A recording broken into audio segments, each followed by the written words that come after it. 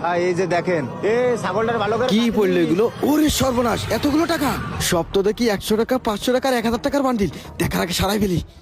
ও ভাই, বাড়ি আর ভাঙড়ি ছিল না, সারা বাড়ি খুঁজে এই কটা ভাঙড়ি পালাম। আইসা ভাই, এখন আপনি কোন এই ভাঙড়িগুলো কয় টাকা দেবো আপনারে? কয় টাকা আর দেবেন? সব জায়গাতে যে কয় টাকা করে কেজি কেনেন, আমারও সেই কয় টাকা করে দেবেন। প্রয়োজনে আমি আরো টাকা বেশি দিয়ে এই ভাঙড়িগুলো নিয়েই যাব, কেননা এর ভিতরে তো 500 টাকার 1000 টাকার নোট সব। কি হলো ভাই, চুপ করে রয়েছো কেন? কয় টাকা করে দিবা পাবা তো? ও ভাই, না কিছু না, করছি কি ওজন টোজন আর দিলাম না। এই কয়টা মাল কি আর ওজন দেবো? ওই সব ধরে আপনি কয় টাকা রাখবেন শুধু তাই কন। ওজন দিবা না মানে? ওজন ছাড়া তুমি এই টিন কি করে নিবা? ওজন দিয়ে যে কয় টাকা দাম হয় সেই কয় টাকা তুমি আমার দিবা। এই টিন তো ওজন দিতে গেলেই টাকাগুলো ভাই দেখে ফেলাবে। যেভাবে হোক লাইন সাইজ করে ওজন বাদেই মালগুলো আমার কিনতে হবে। এই ভাইরা কিছু বুঝতে দেওয়া যাবে না। ও ভাই, করছি কি যে এই কয়টা টিনের জন্য আর ওজন দিচ্ছি নে। এই জায়গায় কয় টাকায় ভাই হবে না? ওই আমি আপনারে অনুমান করে ওই 4 কেজির টাকা দিয়ে দিচ্ছি। কি ব্যাপার, 2 কেজি ওজন মতো মালে 4 কেজির টাকা দিয়ে দিতেছে? এই সুযোগ তো ছাড়া করা যাবে না ভাই। তাহলে আমার 10 কেজির টাকা দেওয়া লাগবে, না হলে এই মাল আমি আপনারা দিতে পারবো না। কি রকম হইলো? এই ভাই আবার কোন সুযোগে সৎ ব্যবহার করতেছে? ও ভাই, কি করছেন? এই জায়গায় তো 2 কেজি টিনও নেই, আমি আপনারা 10 কেজির দাম দেবো কি করে কন? তাহলে এই টিন আপনার নেওয়া লাগবে না। আমার ও টিন ভাই আমার ভাই দিয়ে দেন। শোনেন শোনেন ভাই, শোনেন ভাই, আমার কথা শোনেন ভাই। করছি কি, এই ভাই যা করছে তাই করি, না হলে সুযোগ হাত ছাড়া যাবে। জীবনে সুযোগ একবারই আসে। কি ব্যাপার ভাই, কি হলো চুপ করে রয়েছেন কাজ? মাল আপনি নিলি নেন, না হলে আমার দিয়ে দেন। ও ভাই, করছি কি, তাহলে আমি আপনারে ওই হিসেব করে 10 কেজির দামই দিয়ে দিচ্ছি 400 টাকা। 1 2 3 4, এই যে 400 টাকা ভাই। আচ্ছা ঠিক আছে, তাহলে থাকেন, চলে গেলাম। আচ্ছা ভাই, 10 কেজির টাকা নিয়ে কি করবি? ধান তো আমি বাতাই ফেলেছি, কপাল খুলে গেছে, চকচিকে টাকা সব। আমার আর ভাঙড়ির ব্যবসা করা লাগবে না। আহা গো, কপাল খুলে গেছে আমার। আল্লাহ আমার দিকে তাকাইছে 2 চোখ তুলে। আশেপাশে কেউ নেই তো আবার, তাড়াতাড়ি কাটে পড়ি এই জায়গাতে। ওহ টাকা টাকা, কেউ দেখার আগে এই জায়গাতে সরে যেতে হবে আমার।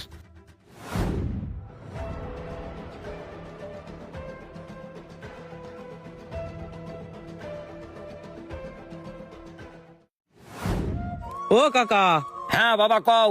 সে জমি বন্ধকের টাকাটা তো দিলেন না, স্টাম্পও কমপ্লিট হয়ে গেছে। এখন আপনি টাকা দিলি সই স্বাক্ষর করে আমি জমিটা আপনারে বুঝাই দিতাম। আরে বাবা দাঁড়াও, তোমার টাকা আমি ঘরে রাখিছি। ছেলেটা কনে গেল রে? এ আলামিন, এদিকে আয়। কি হয়েছে আব্বা, ডাকছেন ওই কেন? করছে ঘরে পুরনো টিন আছে, ওর ভিতরে 2 লাখ টাকা আছে, যা ওইটা নিয়ে আয়। কি করছেন আব্বা?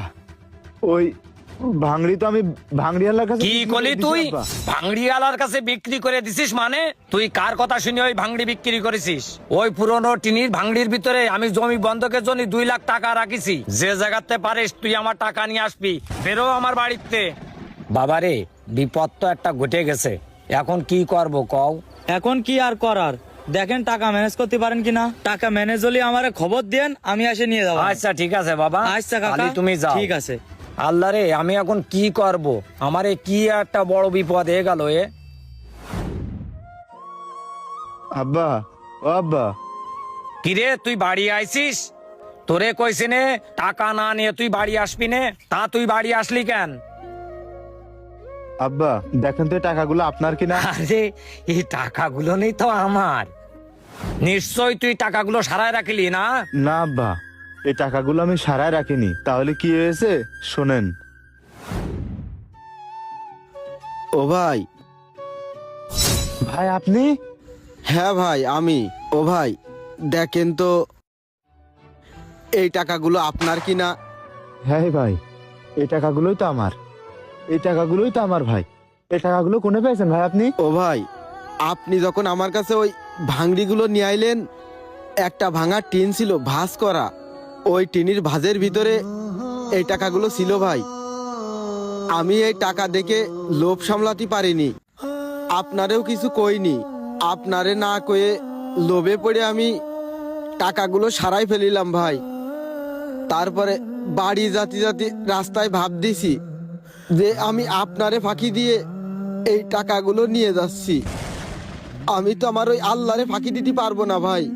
আমার আল্লাহ তো সব দেখতেছে, আমি আপনারে ফাঁকি দিচ্ছি। দুনিয়ার সবাইরে ফাঁকি দিতে পারলেও আমি আমার ওই আল্লাহরে ফাঁকি দিতে পারবো না ভাই। এই টাকা নিয়ে আমি কয়দিন চলতে পারবো ভাই? আল্লাহ না করুক এই টাকার জন্য যদি আমার সন্তানের কোনো ক্ষতি হয়, আমার নিজের কোনো ক্ষতি হয়, বড় কোনো একটা বিপদ ঘটে যায়, এইরকম কত টাকা চলে যাবে ভাই? আমিও বিপদ কাটায় উঠতে পারবো না। আমি চাই নে আমার ওই আল্লাহ আমার উপর অসন্তুষ্ট হোক। গরিব মানুষ, আমি কর্ম করে খাই, যেটাই হয় ওইটাই আমার রিজিক ভাই। আমি মেলা বড় লোভ করছিলাম, আমি অন্যায় করে ফেলেছি। আপনি আমারে মাফ করে দিয়েন ভাই।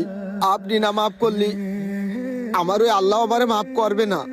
ও ভাই, আপনি আমার মেলা বড় উপকার করেছেন, আর আপনি অনেক ভালো মানুষ। এই সমাজে আপনার মতো একজন ভালো মানুষ পাওয়া যায় না ভাই। আমি সত্যি লোভ করছিলাম ভাই, আমারে মাফ করে দিয়েন। এরাম লোভ যেন কেউ না করে, এরাম লোভ যেন কেউ না করে। তাকেন ভাই, মাফ করে দিয়েন। তাহলে শুনেছেন তো কাহিনী আব্বা, আমি এই টাকা সারাই রাখিনি। এ যুগে এখনো এত ভালো মানুষ আছে? হ্যাঁ আব্বা, এখনো ভালো মানুষ আছে। যদি ভালো মানুষ না থাকতো এই দুনিয়া এখনো টিকে থাকতেন আব্বা। আসলে বাবা, এই দুনিয়ায় গরিব অসহায় খেটে খাওয়া মানুষ এরা আসলে সৎ হয়। হ্যাঁ আব্বা, আমাদের সমাজে যারা গরিব তারা কখনো লোভ করে না। লোভ করে কারা? যারা বড় বড় বিল্ডিং এ থাকে, যাদের টাকা পয়সা আছে, যারা কোটিপতি, তারাই লোভ করে। গরিব অসহায় খেটে খাওয়া মানুষ কখনোই লোভ করে না। তারা আল্লাহকে ভয় করে, আল্লাহের ভয়ের দিকে তাকিয়ে তারা কখনো লোভ করে না আব্বা। টাকার জন্য তোরে অনেক কথা কইছি বাবারে, তুই আমার কথায় মনে কিছু করিস নে বাবারে। দুদিনের দুনিয়ায় আমরা লোভে পড়ে দিশেহারা হয়ে যাই। মনে রাখবেন, লোভ আপনার ধ্বংসের কারণ হতে পারে। কখনোই লোভ করা উচিত নয়।